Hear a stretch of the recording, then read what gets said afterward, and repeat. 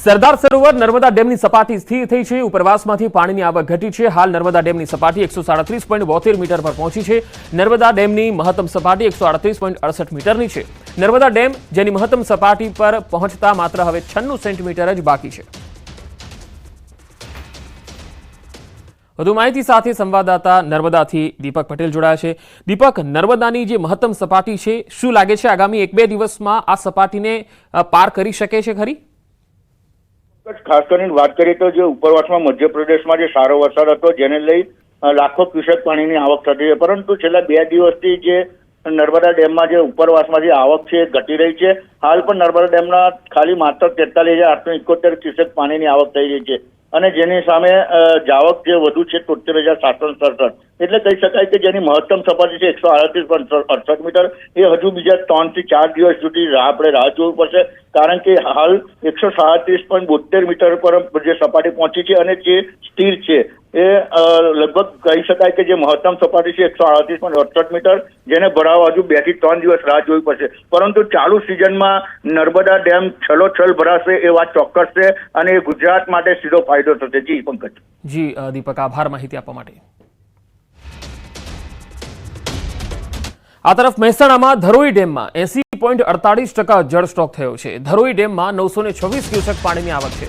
હાલમાં ધરોઈ ડેમની જળ સપાટી 616.77 ફૂટ પર પહોંચી છે। ધરોઈ ડેમમાંથી મહેસાણા, પાટણ અને બનાસકાંઠામાં પાણી આપવામાં આવતું હોય છે।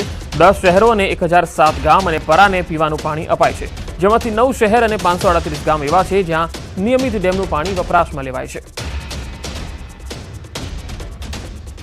ઉત્તર ગુજરાતની જીવાદોરી સમાન ધરોઈ ડેમમાં હાલમાં જે પાણીનો જથ્થો હોય છે તે 80% કરતાં વધુ ભરાયો છે, એટલે કે ઉત્તર ગુજરાત માટે સારામાં સારા સમાચાર કહી શકાય છે કે ધરોઈ ડેમમાં 80% કરતાં વધુ પાણીનો જથ્થો ઉપલબ્ધ થતા આગામી દિવસોમાં જે ઉત્તર ગુજરાતના અનેક જે ગામો હોય છે તેમને પીવાની જે પાણીની સમસ્યા હોય છે જોવા નહીં મળે। ધરોઈ ડેમની વાત કરીએ તો ધરોઈ ડેમમાંથી ઉત્તર ગુજરાતના 10 શહેરો અને 1007 જેટલા ગામ અને પરા હોય છે તેમને પીવાનું પાણી ઉપલબ્ધ કરવામાં આવે છે। રેગ્યુલર વાત કરીએ તો 9 શહેરો અને 538 જેટલા જે ગામો હોય છે, જે પરા હોય છે, તેમને રેગ્યુલર આ પાણીનો ઉપયોગ પીવા માટે કરતા હોય છે, એટલે કહી શકાય છે કે ધરોઈ ડેમમાં 80% કરતાં વધુ પાણીનો જથ્થો ઉપલબ્ધ થતા આ તમામ ગામો છે, શહેરો હોય છે, તેમને પીવાનું પૂરતું પાણી મળી રહેશે અને આગામી 1 વર્ષ સુધી જે પીવાની પાણીની સમસ્યા હોય છે તે જોવા નહીં મળે। કેતન પટેલ, ન્યૂઝ 18 ગુજરાતી, ધરોઈ, મહેસાણા।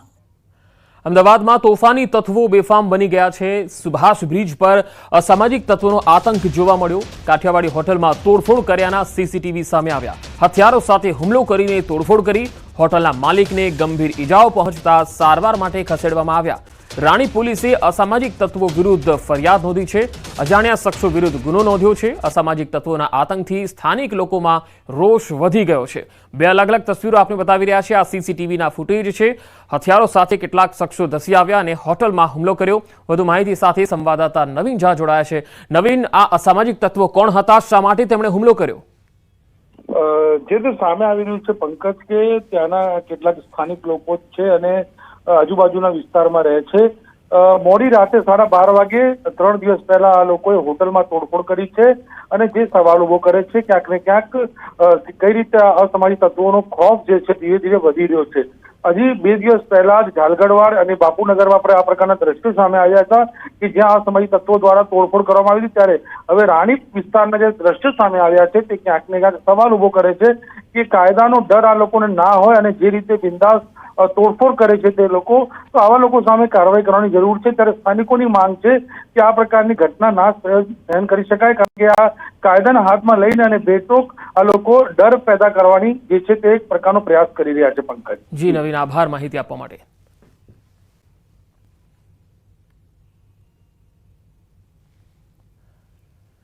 અમદાવાદમાં અસામાજિક તત્વો બેફામ બન્યા છે એની આ તસવીર છે। 3 તસવીર અમે આપને બતાવી રહ્યા છે। ગઈકાલે અમદાવાદના ઢાલગરવાડમાં પણ અસામાજિક તત્વોએ આતંક મચાવ્યો હતો। દુકાનમાં તોડફોડ કરી અને એક વેપારીને માર માર્યો હતો। આખી ઘટના સીસીટીવીમાં કેદ થઈ હતી, જેમાં 3 વ્યક્તિને સામાન્ય ઈજા પહોંચી હતી। અને બીજી તસવીર આજે જે આવી છે, જેમાં સુભાષ બ્રિજ પાસેની એક હોટલમાં અસામાજિક તત્વો ઘૂસી ગયા અને હુમલો કરવા લાગ્યા। ત્રીજી તસવીર અમદાવાદના બાપુનગરથી છે, જ્યાં તોફાની તત્વો બેફામ બન્યા હતા। તીક્ષ્ણ હથિયારો સાથે દુકાનમાં તોડફોડ કરી કરિયાણાના વેપારીને માર માર્યો। 4 જેટલા શખ્સો તોડફોડ કરતા હોય એવું સીસીટીવીમાં જોવા મળે છે। આ મામલે પોલીસે પણ તપાસ હાથ ધરી છે, પરંતુ આ તમામ તસવીરો એ બતાવે છે કે અમદાવાદમાં અસામાજિક તત્વોને પોલીસનો કોઈ જ ખોફ નથી।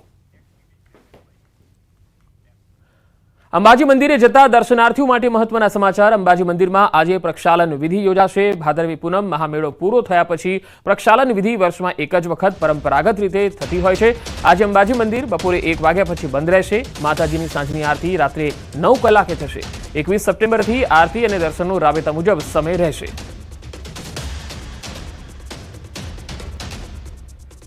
વધુ માહિતી સાથે અંબાજીથી સંવાદદાતા મહેન્દ્ર અગ્રવાલ જોડાયા છે।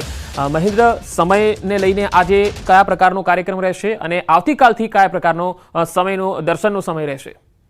જી પંકજ, આપને બતાવ્યું હતું કે જે રીતે અંબાજી ખાતે ભાદરવી પૂનમનો મેળો ભરાય છે અને ભાદરવી પૂનમના મેળામાં જે દૂર દૂરથી શ્રદ્ધાળુઓ લાખોની સંખ્યામાં આવતા હોય છે, એમાં ખાસ કરીને મંદિરની સ્વચ્છતા અને પવિત્રતા જાળવવા માટેની એક આ પ્રક્ષાલન વિધિ કરવામાં આવતી હોય છે। જે વિધિ આજે પૂનમ પછીની ચોથે કરવામાં આવતી હોય છે। જે આ વિધિ આજે 1 વાગે શરૂ થનાર હોય, આજે 1 વાગ્યા બાદ મંદિર બંધ રહેશે અને સાંજની આરતી છે એ રાત્રિના 9 કલાકે કરવામાં આવશે। ત્યારે આવતીકાલે જે છે મંદિરનો સમય રાબેતા મુજબ રહેશે। સવારની આરતી જે 7 કલાક થાય છે 7 કલાકે થશે અને ચોક્કસપણે બતાવીશ કે આજે સોની પરિવાર દ્વારા ખાસ આ પ્રક્ષાલન વિધિ કરવામાં આવે છે। જી પંકજ। જી મહેન્દ્ર, આભાર માહિતી આપવા માટે। ભારતીય શેર બજારમાં તેજીનો માહોલ છે। સેન્સેક્સમાં 900 થી વધુ પોઈન્ટનો ઉછાળો જોવા મળ્યો। સેન્સેક્સ પહેલીવાર 84,000 ને પાર થયો છે। તો ભારતીય શેર બજારમાં તેજીનો માહોલ, સેન્સેક્સ અને નિફ્ટી બંનેમાં જબરજસ્ત ઉછાળો જોવા મળ્યો છે। સેન્સેક્સમાં 900 થી વધુ પોઈન્ટનો ઉછાળો જોવા મળ્યો। પહેલી વખત સેન્સેક્સ 84,000ની સપાટીને પાર જોવા મળી રહ્યો છે। તો સેન્સેક્સ નિફ્ટીમાં જબરજસ્ત ઉછાળો। શરૂઆતી કારોબારમાં જ સેન્સેક્સ અને નિફ્ટી ઉછાળા સાથે ઓપન થયા અને સાથે સાથે હાલમાં પણ શરૂઆતના 2 કલાકના સેશન દરમિયાન જબરજસ્ત ઉછાળો જોવા મળ્યો છે। સેન્સેક્સ 84,000ની સપાટીને પહોંચી ગયો છે। તરણેતરના લોકમેળામાં અભદ્ર ડાન્સનો વિડીયો વાયરલ થયો। લોકમેળામાં મોતના કૂવાના સ્ટેજ પર યુવતીઓના ઠુમકા, અહીંયા અશ્લીલ ડાન્સથી મેળાની ગરિમા લજવાઈ હતી। વિડીયો વાયરલ થતા ચકચાર મચી ગઈ। સ્ટેજ પર યુવતીઓ હિન્દી અને ભોજપુરી ફિલ્મોના ગીતો પર ઠુમકા લગાવતી નજરે પડી। તરણેતરનો મેળો લોક સંસ્કૃતિનો મેળો ગણાય છે અને સમગ્ર દેશમાંથી લોકો આ મેળો માણવા આવે છે। ત્યારે આવો વિડીયો વાયરલ થતા ખળભળાટ મચી ગયો। જોકે વાયરલ થયેલા આ વિડીયોની ન્યૂઝ 18 ગુજરાતે પુષ્ટિ નથી કરી। વધુ માહિતી સાથે સુરેન્દ્રનગરથી સંવાદદાતા અક્ષય જોશી જોડાયા છે। અક્ષય, આ મોતના કૂવા પાસે જે અશ્લીલ ડાન્સ ચાલી રહ્યો હતો, હકીકત શું છે? શું ખરેખર આવો ડાન્સ થયો હતો? જે વિડીયો વાયરલ થયો છે તેનું તથ્ય શું છે? ચોક્કસથી વાત કરવામાં આવે તો ક્યાંક ને ક્યાંક સુરેન્દ્રનગર જિલ્લાના તરણેતર ખાતે યોજાતા જ્યાં લોક ભાતીગળ અને લોક સંસ્કૃતિના મેળાને લાંછન લગાડતી આ ઘટના છે એને સમગ્ર સુરેન્દ્રનગર જિલ્લા સહિત રાજ્યભરમાં ચકચાર મચાવી છે।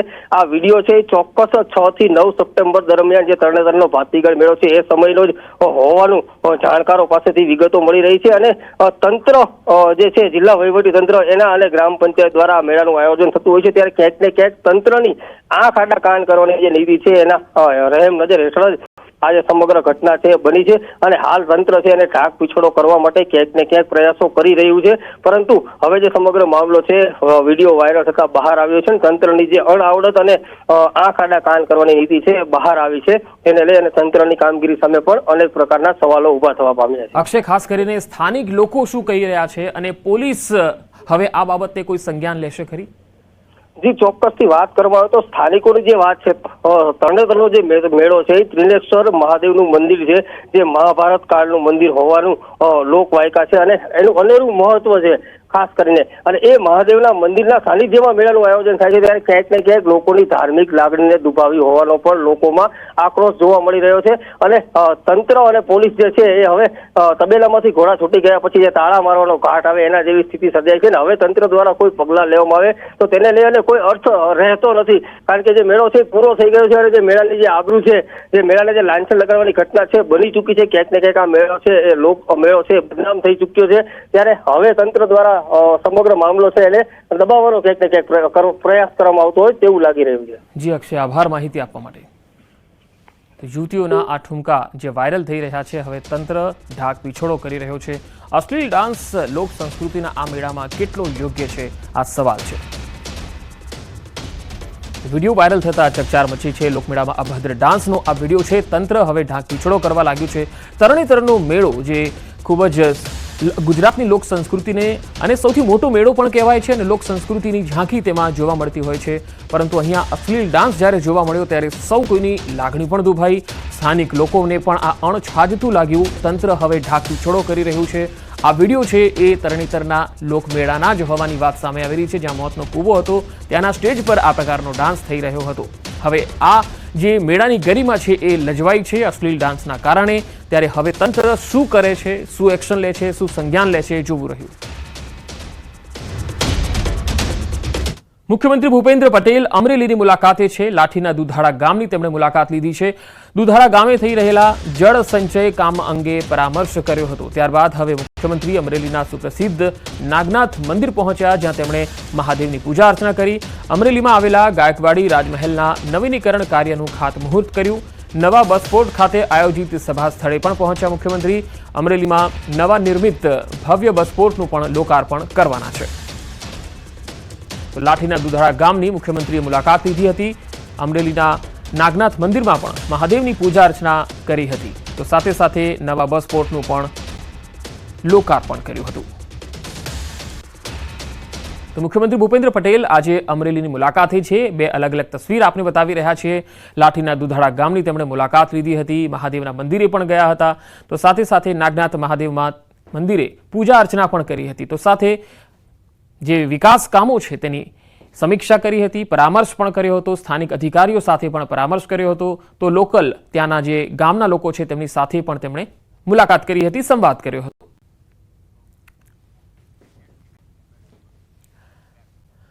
રાજકોટમાં વધુ એક નકલી સ્કૂલ ધમધમતી હોવાની આશંકા છે. છેલ્લા 10 વર્ષથી નકલી સ્કૂલની આશંકા. મધુવન સ્કૂલ મંજૂરી વિના ચાલતી હોવાની ફરિયાદ ઉઠી છે. રાજકોટ જિલ્લા શિક્ષણ અધિકારીને કરવામાં આવી છે ફરિયાદ. મધુવન સ્કૂલમાં માત્ર ધોરણ 1 થી 8ની જ મંજૂરી છે. ધોરણ 9 અને 10ના વર્ગો મંજૂરી વિના ચાલી રહ્યા છે. મધુવન શાળામાં ધોરણ 10 પાસ કર્યા બાદ અન્ય ગ્રાન્ટેડ સ્કૂલના LC આપવામાં આવતા હોવાની ફરિયાદ ઉઠી છે. ફરિયાદ મળતા શિક્ષણ અધિકારીએ તપાસના આદેશ આપી દીધા છે. આ તરફ આ ઘટના બાદ શાળાનું વધુ એક કારસ્તાન પણ સામે આવ્યું. ધોરણ 9 અને 10ના પ્રવેશનું બોર્ડ પણ લગાવ્યું. બોર્ડ અંગે સ્કૂલ સંચાલકનો હાસ્યાસ્પદ જવાબ આવ્યો.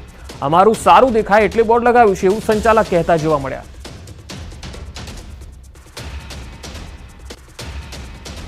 આ વાત છે તદ્દન ખોટી છે. અમારા કોઈ હિત શત્રુએ આ વાત બહાર પાડી એવું લાગે છે.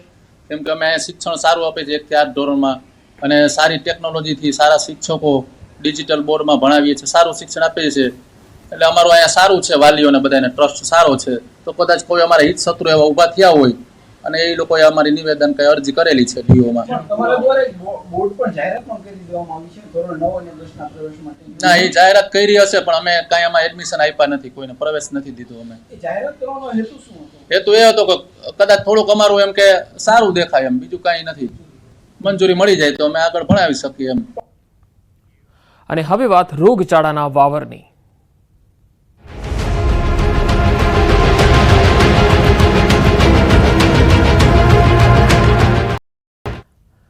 ભાવનગરના વર્તેજ આરોગ્ય કેન્દ્રની ઘોર બેદરકારી સામે આવી છે. સારવાર હેઠળ દાખલ કરેલી બાળકીને DNSની એક્સપાયરી ડેટવાળી બોટલ ચડાવી દેવાઈ.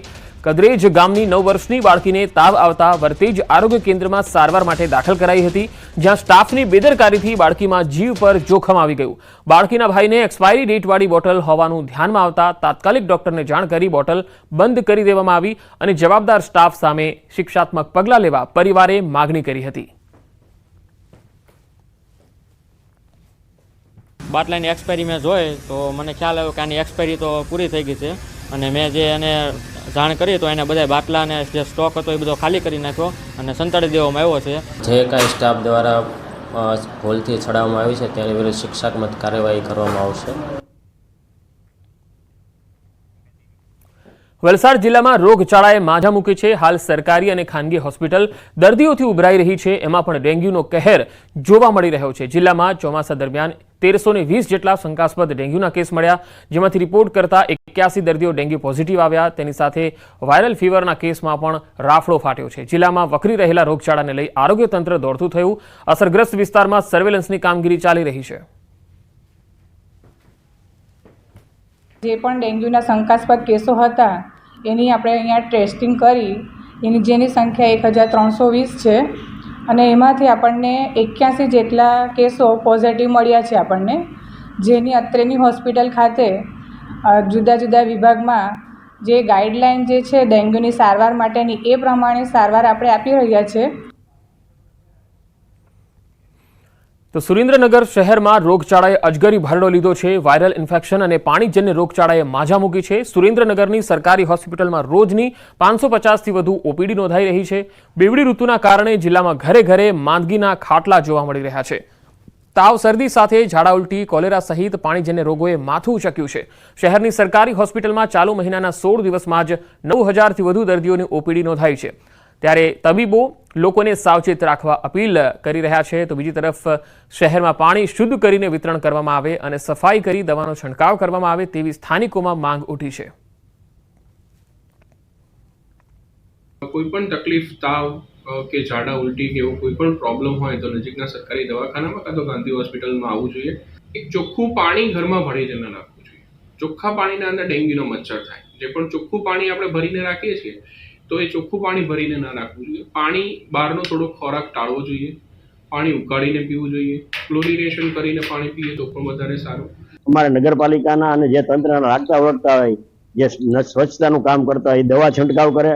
મેલેરિયાની દવા જે ગામમાં આપતાથી હોય દવા અપાય. પહેલાં તો આપતા હતા, અત્યારે તો હમણાં નથી આપતા. અને જે પાણી આપે છે શુદ્ધ પાણી આપે અને મેલેરિયાની ટીકડી નાખવાની જે દવાઈઓ આપતા હતા એવી લોકોને આપે એવી અમારી પ્રાર્થના છે. અને કોઈ પણ તકલીફ, તાવ કે ઝાડા ઉલટી કે એવો કોઈ પણ પ્રોબ્લેમ હોય તો નજીકના સરકારી દવાખાનામાં કાં તો ગાંધી હોસ્પિટલમાં આવવું જોઈએ. તથા એક ચોખ્ખું પાણી ઘરમાં ભરીને ન નાખવું જોઈએ. ચોખ્ખા પાણીના અંદર ડેન્ગ્યુનો મચ્છર થાય. જે પણ ચોખ્ખું પાણી આપણે ભરીને રાખીએ છીએ તો એ ચોખ્ખું પાણી ભરી. આ તરફ ખેડા જિલ્લામાં પણ પૂરની સ્થિતિ બાદ હવે રોગચાળો ફાટી નીકળ્યો છે. શેઢી, વાત્રક નદીમાં પૂર બાદ શહેર હોય કે ગામડાઓ ઘરે ઘરે બીમારીના ખાટલા છે. આરોગ્ય વિભાગે કરેલા ડોર ટુ ડોર સર્વેમાં ચોંકાવનારા આંકડા સામે આવ્યા. તપાસ દરમિયાન તાવના 13,531 કેસ મળ્યા, જેમાં ડેન્ગ્યુ, મેલેરિયા, ચિકનગુનિયા, વાયરલ સહિતના દર્દીઓ જોવા મળ્યા. હાલ રોગચાળાને ડામવા આરોગ્ય વિભાગ કામે લાગ્યું છે. 300થી વધુ આરોગ્ય કર્મીઓ અને 1800થી વધુ આશા બહેનોએ સર્વેલન્સ હાથ ધર્યું, જેમાં 3 લાખથી વધુ ઘરોને આવરી લેવાયા છે. મચ્છરની ઉત્પત્તિવાળા સ્થળ પર પોરાનાશક કામગીરી, ઓઇલ, કોટન દડીનો ઉપયોગ, ફોગિંગ અને દવાનો છંટકાવ કરવામાં આવી રહ્યો છે. એબેટની કામગીરી અને સાથે આપણે ગપ્પી ફિશ નાખવાની કામગીરી, પછી આપણે ડ્રાય ડે વીકની અંદર એક દિવસ જે પાણીની ટાંકી હોય સાફ પાણીની એ સાફ કરવાની કામગીરી અને આપણા બળેલા ઓઇલ જ્યાં ખાડા ખબોચિયા હોય અને પાણી ભરાય હોય ત્યાં નાખવાની કામગીરી ચાલી રહી છે.